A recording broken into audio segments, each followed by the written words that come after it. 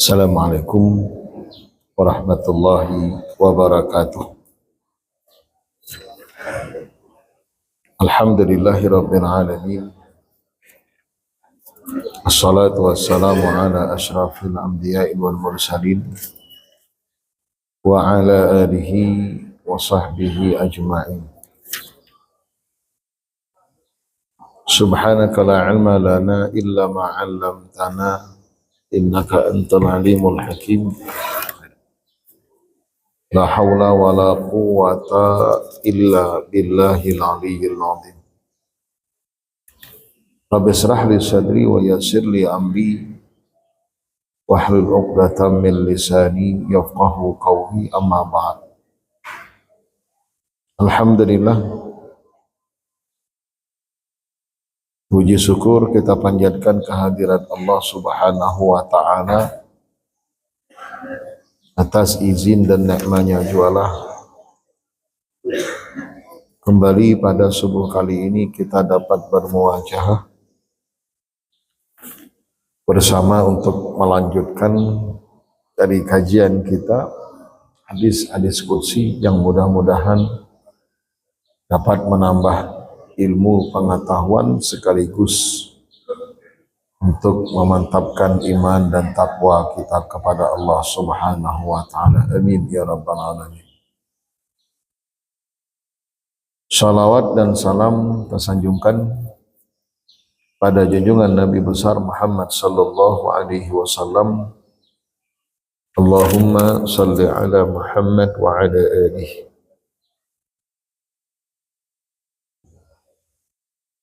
Bapak dan Ibu jamaah salat subuh yang dimuliakan Allah, pada kajian yang lalu kita sampai pada bab yang berkaitan dengan doaul malaikah liman rabata fil masjid yantadhiru salah. Sebuah hadis yang diriwayatkan oleh Imam Bukhari dan Imam Muslim dari Abi Hurairah radhiyallahu taala an, qala Rasulullah sallallahu alaihi wasallam, salatul rajuli fi jama'atin tazidu ala salatihi fi baitihi wa salatihi fi suqihi bid'an wa 20 darajah. Wa dhalika an ahadakum idza tawadda'a fa ahsana al-wudu thumma ata al-masjid la yanhazuhu illa as-salah la yuridu illa as-salah falam yakhtu khutwatan illa rufi'a lahu biha as-salah falam yakhtu khutwatan illa rufi'a lahu biha darajah wa hutta anhu biha khati'ah hatta yadkhula al-masjidah fa idza dakhala al-masjidah kana fi shalah ma kanat as-salah fi ma kanat as-salah hiya tahbisuha wal malaikatu yusalluna ala ahadikum ma dama fi majlisihi alladhi shalla fi yaqulun Allahumma arham Allahumma ighfir lah Allahumma tub alaihi ma lam yu'dhi fi ma lam yahdithu fi. Muttafaqun alaih.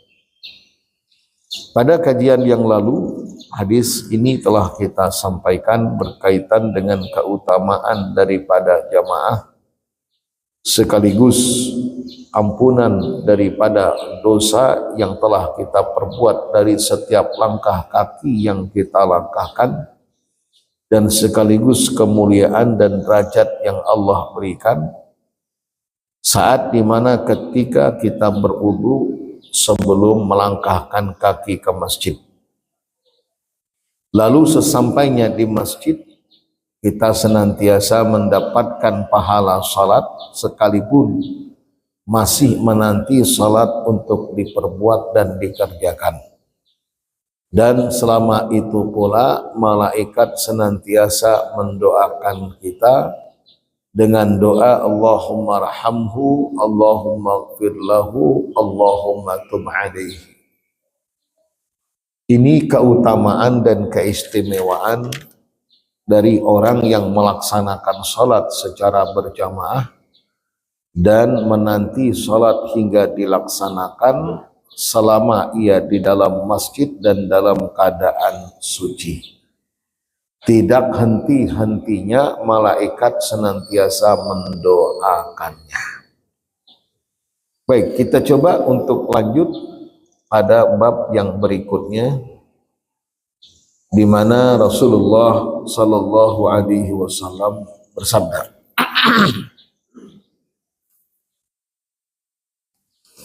bab ma yaquluhu minad du'a wa tasbih aqibas salah.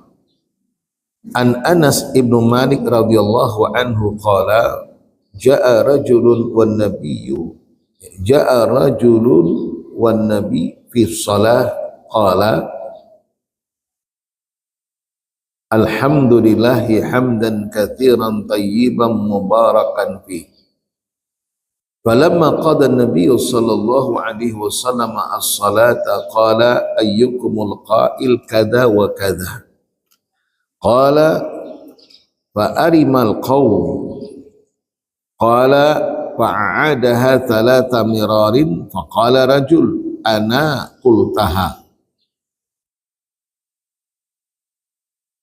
qultuha wa ma aratu biha illa al-khair.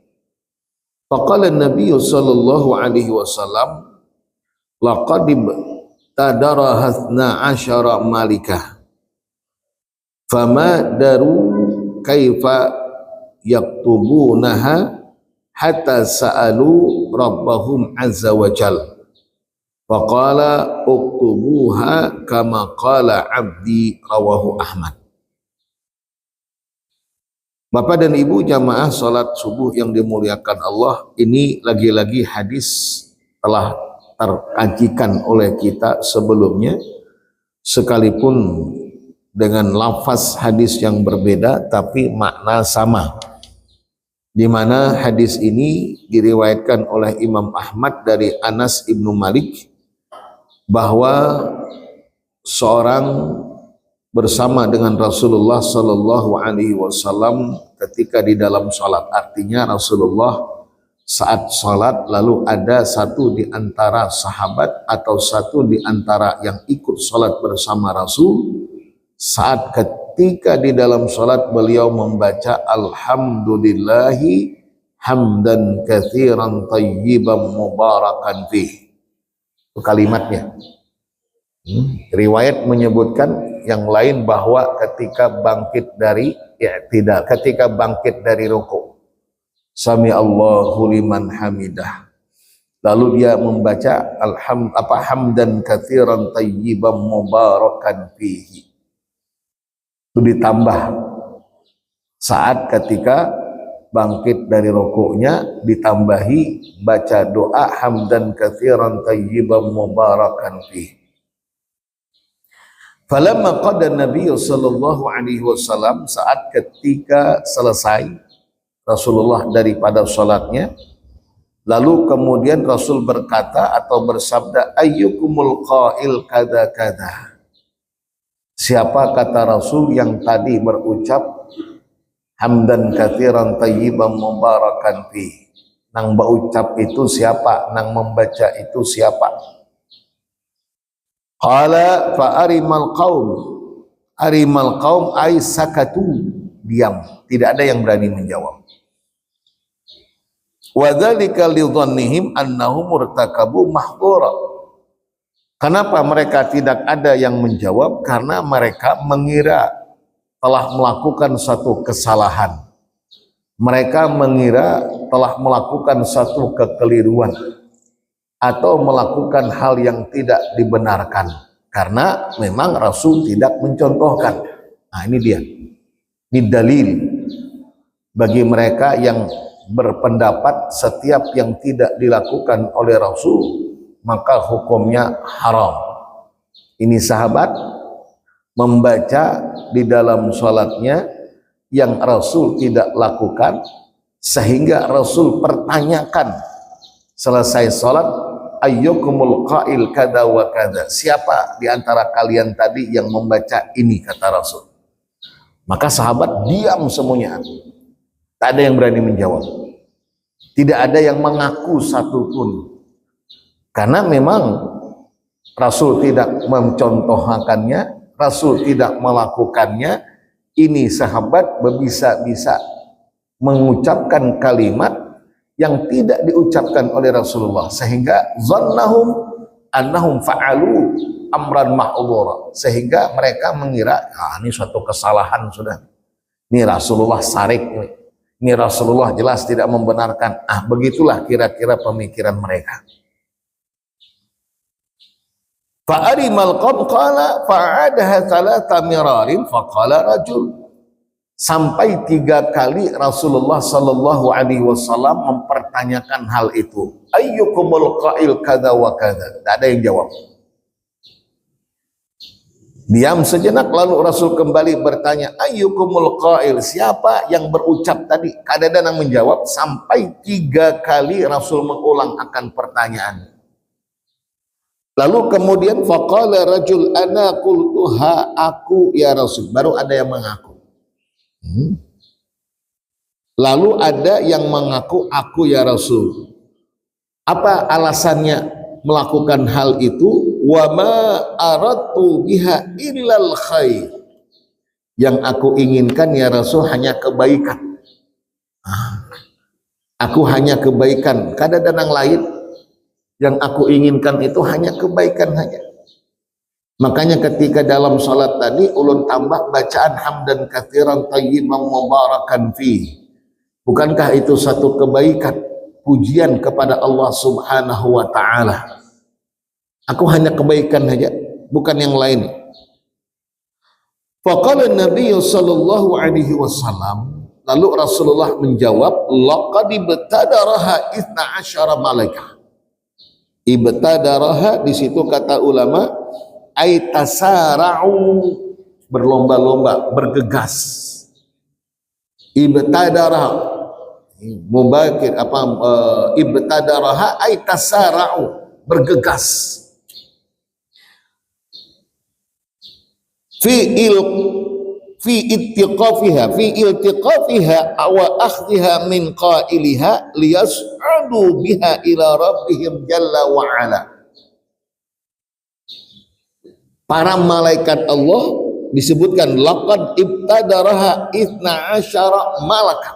malika itu atau malak 12 atau berlomba-lombalah para malaikat Allah tasara'u, untuk apa? Mengambil kalimat yang diucapkan oleh si pengucap itu tadi, agar supaya liyas'adu ila jalla wa ala, untuk dilaporkan kepada Allah Subhanahu wa taala. Jadi malaikat berlomba-lomba. Ujar Rasul, ketahuilah 12 alfa, ada riwayat menyebutkan 12.000 malaikat berlomba-lomba untuk membawa kalimat itu ke hadapan Allah Subhanahu wa taala. Untuk apa? Untuk menakut-nakan. Ya Allah, nih kayak apa nih, catatan amalnya berapa? Catatan amalnya, pahala yang didapatkan oleh hamba ini kayak apa nih? Berapa banyaknya yang harus kami tulis, kata mereka, yang harus kami catat. Fama daraku kaifa yaktubunaha hatta sa'alu rabbahum jalla azza wa jalla. Mereka bertanya, faqal, apa kata Allah? Uktubuha kama qala abdi, kada usah kau sibuk-sibuk, tulis saja apa yang dikatakan oleh hambaku, urusan pahalanya aku langsung yang akan memberikan. Di situ kata ulama menunjukkan satu hal yang besar, sampai-sampai Allah sendiri yang memberikan pahala dan ganjaran kepada pelakunya. Ini kalimat hamdan katsiran thayyiban mubarakan fi. Singkat tapi padat maknanya, besar pahala dan ganjaran, sampai-sampai Allah sendiri yang akan memberikannya. Maka kata ulama, ay uktubuha kama hiya wala tumailuha bi ayyi miqdar minal jaza. Jangan kau Kata Allah, tulis seperti apa yang dia telah ucapkan, jangan kau takar, jangan kau beri atau pahala atau ganjaran atau nilai dari apa yang dia ucapkan. Sebab aku langsung yang akan memberikan, fajazauha innama huwa lillahi wahdah. Itu Allah semua, Allah sendiri yang akan memberikannya. Fa innahu la ya'lam miqdar tawa illahu. Ada yang tahu berapa kadar pahala yang didapatkan oleh orang itu kecuali Allah yang tahu. Jadi malaikatnya kada tahu. Bingung hendak mencatat berapa pahalanya, 100 kah, 1000 kah, atau berapa, atau satu kebaikan kah? Yang satu kebaikan itu dilipat gandakan menjadi 10 kebaikan. Sudah kata Allah, kada ada yang bisa untuk mencatat berapa nilai kebaikan yang didapatkan, aku yang langsung akan memberikannya. Ini lagi-lagi satu bantahan terhadap mereka yang mengatakan tiada ada perbuatan dari Rasul, maka itu sesat. Terbantahkan. Ini sahabat, apa jawabannya? Fama aratu biha illal khair. Yang aku inginkan ya Rasul adalah kebaikan. Walaupun engkau tidak melakukan, tapi yang aku inginkan kebaikan, maka aku baca bacaan itu. Apakah Rasul langsung menyalahkannya? Kada, justru Rasul memberikan pujian atas dirinya. Nah ini, maka Imam Syafi'i ada menghukumkan ada bid'ah hasanah, bid'ah mahmudah, ada bid'ah mazmumah. Kalau itu baik dan tidak menyalahi Al-Quran dan hadis, silahkan. Tapi kalau sampai menyalahi Quran dan hadis, itu yang tidak dibenarkan. Maka di situ kata ulama, iyyakum wa muhdatsatil umur wa kullu muhdatsatin bid'ah wa kullu bid'atin dhalalah wa kullu dhalalatin finnar. Apa yang dimaksud dengan bid'ah dhalalah? Yaitu setiap perkara yang baru yang menyelisihi Al-Quran dan hadis Rasulullah Sallallahu Alaihi Wasallam. Kalaupun baru, kalaupun itu ada saat ini tapi tidak menyelisihi Al-Quran dan hadis, fala ba'sa bih, maka tidak mengapa. Dan itu banyak ulama-ulama lakukan. Maka ini memang dipertentangkan, yang dipertentangkan oleh sebahagian daripada kita. Pokoknya kada tupang sudah bid'ah, sumat-sumat bid'ah, sumat-sumat bid'ah. Nah, ini yang susah. Ini termasuk sumat lagi acara peringatan Isra Mi'raj bid'ah. Kenapa? Rasul tak pernah buat. Padahal dalam acara Isra Mi'raj bukan kita bejugitan, bukan kita hura-hura. Isra Mi'raj yang kita lakukan adalah isinya pengajian. Pengajian ayat-ayat Al-Quran, sirah nabawiyah. Kita ingin kembali menerapkan dan mengamalkan ajaran yang diajarkan oleh Rasulullah dalam kehidupan. Timbul kesemangatan kita dalam beribadah, mengambil ibrah, mengambil pembelajaran dari sebuah peristiwa Isra dan Mi'raj. Lalu apa itu dikatakan sesat? Kecuali kalau acara peringatannya berjugit-jugitan, berkaraokean, bercampur laki berbinian, macam-macam maksiat yang dilakukan, itulah bid'ah. Tapi kalau tidak bertentangan dengan Quran dan hadis, justru bahkan tambah banyak ilmu yang kita dapatkan, maka itu tiada mengapa dan tidaklah terlarangkan. Baik, ini hadis yang pertama. Yang kedua,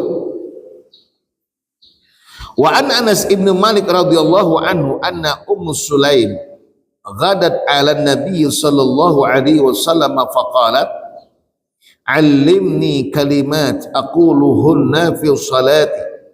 Faqala kabbirillah asra wasabbihillah asra wahmidihi asra thumma sali ma syi' yaqul na'am na'am. Wa fi riwayah inda Ahmad bin Labdin ja'at Ummu Sulaim ila Nabi sallallahu alaihi wasallam faqalat ya Rasulullah 'allimni kalimat ad'u bihin. Qala tusabbihina Allah asra wa tahmadinahu asra wa tukabbirinahu asra thumma sali hajatik fa innahu yaqul qad fa'altu atau kama qala sallallahu alaihi wasallam.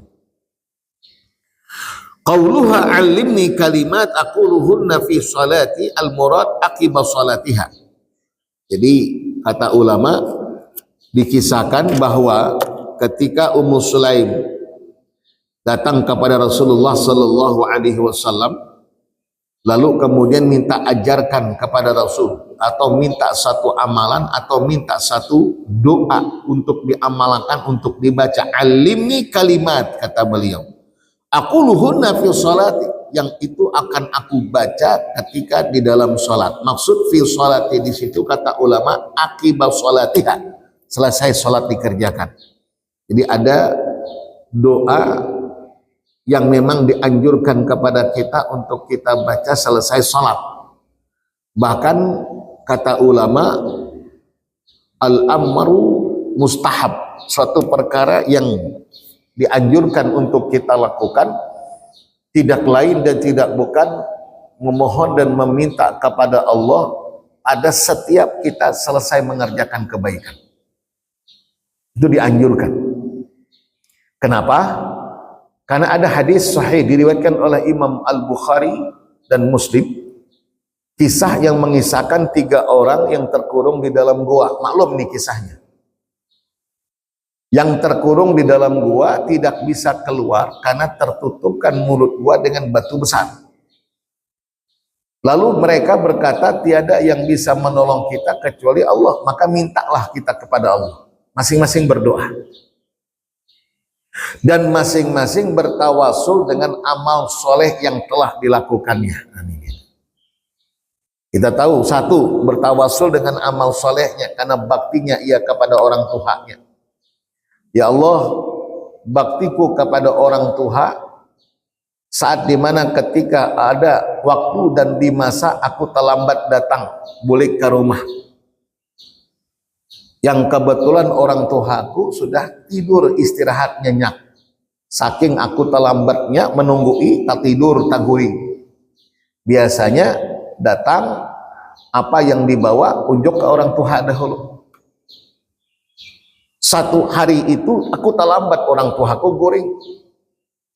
Saat aku datang dengan bawaan yang aku bawa, makanan dan minuman, air susu biasa yang aku bawa, ternyata di kala itu orang tuaku sudah tak guring, kadang mungkin aku membangunkan. Anak-anakku merengek-rengek meminta air susu untuk diberikan kepadanya. Kekanakan biasa berguling-guling, anak minta banyu tuh, anak minta yang dibawa abahnya. Kada, ujarnya, aku kada akan memberikan air susu ini kecuali setelah abah umaku meminumnya dahulu. Waduh. Ia lebih mementingkan orang tuanya ketimbang anaknya. Ini kan baktinya luar biasa. Kayak apa aja nangis anaknya kada keunjuk, kada diunjuknya. Harus abah umanya dahulu nang meminum, nang menikmati hanyar anak-anak. Bahkan ternyata orang tuanya bangun sampai ke fajar, sampai pagi hanya tak hilang. Di waktu itu barulah kemudian air susu itu diberikan kepadanya. Artinya tetap kada akan mengutamakan selain dari orang tuanya. Anaknya kah kada diutamakannya, walaupun anaknya. Selama orang tuanya belum meminumnya, kada diminum. Ini luar biasa baktinya. Maka kalau itu menjadi amal ibadahku, ya Allah, Engkau terima amalanku, selamatkan kami dari terkurungnya di dalam gua. Bergeser batunya. Tapi belum bisa keluar. Itu satu, tawasul dengan bakti kepada orang tua. Yang satu lagi berdoa, tawasul dengan amal soleh yang sebab karena ianya tidak melakukan zina, padahal sudah bisa untuk mengerjakannya, tinggal melakukan aja lagi. Karena seorang babi ini terbentur dengan terpaksa untuk mendapatkan bantuan, dan syaratnya aku bantu tapi kau jual kehormatanmu. Tinggal melakukan, saat itu diingatkan ittaqillah, takutlah kepada Allah. Bergetar di badannya, diurungkan niat berzina, kada jadi. Saking takutannya. Ya Allah, amun sebab karena aku menggagalkan atau karena aku mengurungkan niat melakukan zina, Engkau terima dan dijadikan amal ibadahku, selamatkan aku. Selamat, bergeser lagi batu itu. Yang ketiga, berbuat baik kepada karyawan tadi. Ada karyawan yang kadang mengambil upah gajinya oleh tuan dan majikan ini, oleh si pemuda atau seorang ini, ditukarakan ke kambing sepasang beranak pinak.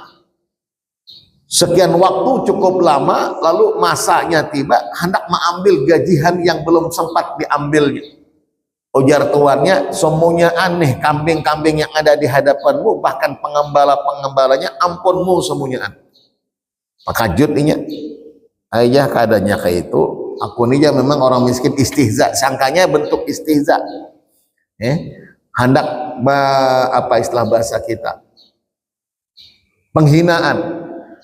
Janganlah aja kayak itu, aku ini ya kadang memang orang miskin, kadang banyak berduit, kadang mungkin semuanyaan kambing dengan penggembalanya ini ampunku, dahulu gajiku kadang banyak. Ujar si tuannya, memang, tapi waktu itu kutukarakan sepasang kambing yang ianya beranak pinak, maka semuanyaan ini berawal dari gajimu, ambillah, bawanya boleh semuanyaan. Anak mencari tuan nang kayak itu tuh ngaleh.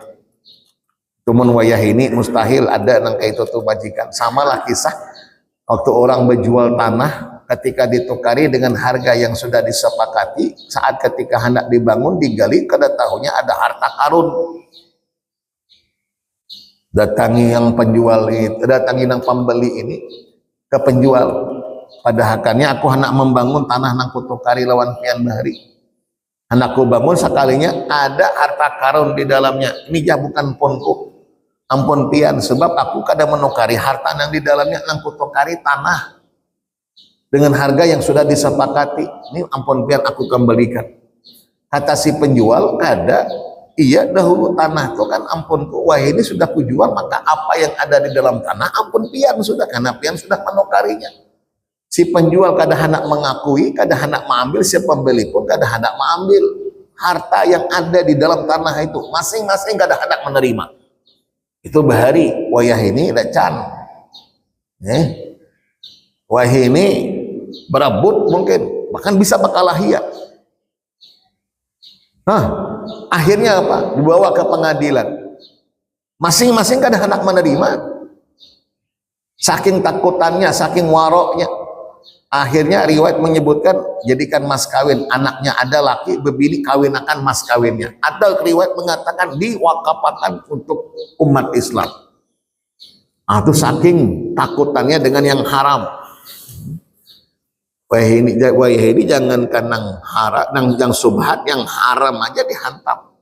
Orang kada lagi peduli.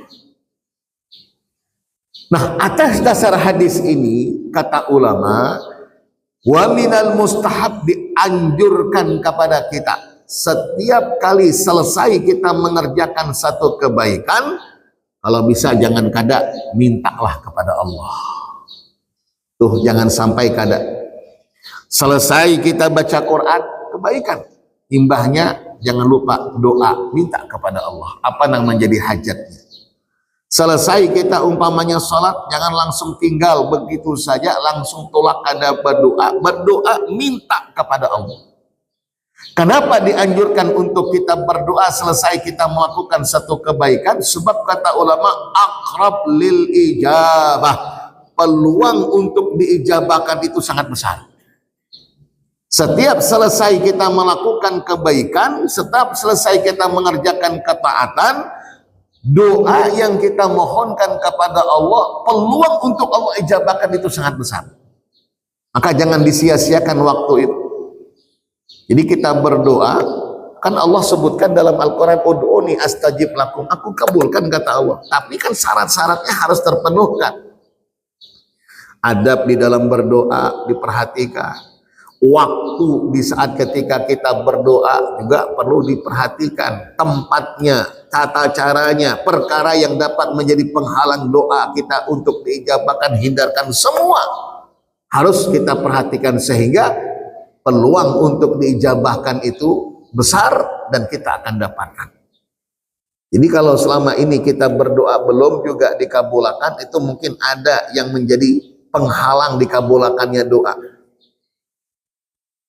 Masalah adab sudah selesai. Ulun kada berdoa kecuali menghadap kiblat.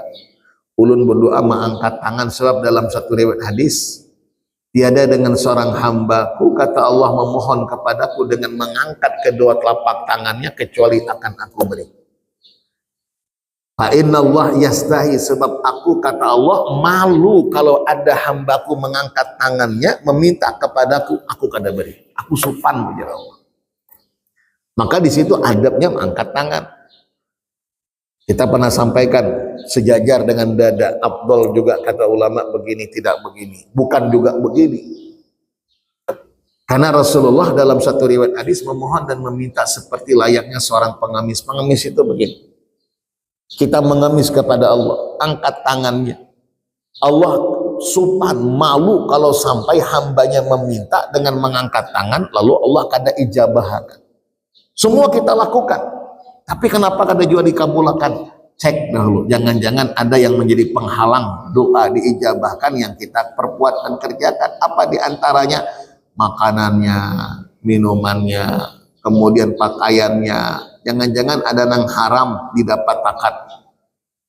Sebab amun makanan yang kita makan walaupun halal jenisnya, tapi cara mendapatkannya haram, itu menjadi penghalang akan diijabahkannya doa. Hadis maklum. Kana rajul yutilu safar as'as wa akbar yamuddu yadahi ila samai wa yaqulu ya rab ya rab ya rab fayamat wa mat'amuhu haram wa mashrabuhu haram wa ghudhiya bil haram fa anna yustajabalah. Itu kisah orang yang berdoa ketika memohon dan meminta sementara pakaiannya haram, minumannya haram, makanannya haram. Banyak yang haram yang ada pada tubuhnya. Fa anna yustajabalah, kayak apa Allah nak mengkabulkannya? Maka Sa'ad bin Abi Waqqas ketika datang kepada Rasul sallallahu alaihi wasallam minta, ya Rasul, doakan ulunina, doakan. Apa yang dikehendaki oleh Sa'ad bin Abi Waqqas? Ujar Sidin, doakan ya Rasul biar ulun ini termasuk orang yang doanya diijabahkan oleh Allah. Doakan. Apa kata Rasul? Nasihatnya singkat. Wahai Sa'ad, atib mat'amak takun mustajabad da'wah. Amun pian hendak doanya dikabulkan, termasuk orang yang mustajab doanya, maka bersihkan makanan. Maksud bersihkan itu bukan dari kuman semata, bersihkan dari yang haram. Kalau kau bersihkan dari yang haram, mustajabat dakwah, doamu akan diijabahkan, kata Allah, kata Rasul. Nah, jadi bisa jadi itu yang menjadi penghalang, masih ada yang kita lakukan, masih ada pada diri kita. Itu yang menjadi penghalangnya. Baik. Kemudian jadi datang Ummu Sulaim kepada Rasul sallallahu alaihi wasallam, lalu beliau berkata, ya Rasulullah, alimni kalimat adu bihina, qala tusabbihina Allah asra wa tahmidinahu asra wa tukabbirinahu asra thumma sali hajat. Jadi tasbih, tahmid, takbir. Pada hadis yang sebelumnya, ya asra 10-10, kabbirillah asra, ucapkan Allahu Akbar 10 kali, wahmidihi asra, alhamdulillah, kemudian sabbihi asra, tasbih juga 10. Makna kalimat yang sedemikian itu, kata ulama, ya Rasulullah, alimni kalimat adu bihina bil labdil mutlaq wa qad jaa inda Abi Ya'la wa inda al-Bazzar bi isnadin dha'if anna Anas radhiyallahu anhu qala zara Rasulullah sallallahu alaihi wasallam Ummu Sulaim fa shalla fi baitiha salata tatawwu', yang dimana Rasulullah ketika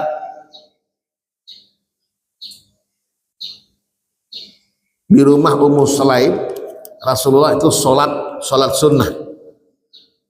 Faqala ya Ummu Sulaim idza shallaiti al-maktubah faquli, wahai Ummu Sulaim, kata Rasul, kalau engkau sholat yang wajib, quli, katakanlah, ucapkanlah subhanallah 10 kali, wallahu akbar 10 kali, lalu kemudian thumma salima syi'ti fa innahu yaqulu na'am salasa marrat. Lalu kemudian setelah itu mintalah apa yang kau inginkan. Kata ulama, berdasarkan daripada hadis ini, bahwa ketika kita berdoa tadi anjuran untuk setiap selesai kita mengerjakan ketaatan, dan yang kedua meminta kita kepada Allah yang sebelumnya dianjurkan untuk memuji Allah. Jadi bertasbih dahulu, bertahmid dahulu, bertakbir, puji dulu Allah. Ada hadis yang kita pernah sampaikan, yang pernah kita kaji. Ini dahsyat hadisnya. Allahumma shalli ala Muhammad. Man syaghalahul Qur'an au dzikri an mas'alati a'taituhu afdala ma u'tiyas sa'ilin. Singkat hadisnya, padat, dan kalimatnya perhatikan. Man syaghalahul Qur'an au dzikri, barang siapa yang disibukkan dirinya oleh Al-Quran dan zikir atau berzikir kepadaku. Artinya banyak pujian yang kita berikan kepada Allah ketimbang meminta. Man syaghalahul Quran au dzikri an mas'alati, jadi banyak baca Quran, karena zikir itu seabdul-abdul zikir itu Quran, kata Imam Syafi'i. Kalau zikir dengan subhanallah walhamdulillah wala ilaha illallah cuman hanya kalimah-kalimah thayyibah. Tapi kalau Al-Quran kalimah thayyibahnya ada. Maka seabdul-abdul zikir adalah Al-Quran. Imam Syafi'i berkatakan. Maka jangan sampai kita kada baca Al-Quran. Jangan sampai hidup kita jauh dari Al-Quran. Maka amun hendak bahagia, amun hendak beruntung, jangan jauh dari Al-Quran. Kan ada tuh ayat Al-Quran, amalannya 3 untuk meraih keuntungan. Di surah Fatir kalau tidak khilaf. Innal ladzina yatluna kitaballah wa aqamus shalah wa anfaqu mimma razaqnahum sirran wa alaniyah yarjuna tijaratan lan tabur. Sungguh orang yang membaca Al-Quran, mendirikan salat dan sedekah, mereka inilah yang akan mendapatkan keuntungan. Lan tabur, tidak akan pernah merugi. Maka amun hendak untung, jangan tinggalkan Al-Quran. Khairukum man ta'allama Al-Quran wa 'allamah. Sebaik-baik daripada kalian, kata Rasul, yang belajar Al-Quran dan yang mengajarkannya. Maka seabdul-abdul zikir Quran, kata Imam Syafi'i.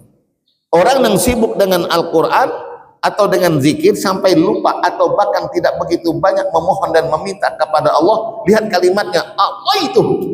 Aku akan berikan, pasti akan berikan yang lebih baik daripada apa yang akan aku berikan kepada orang-orang yang meminta.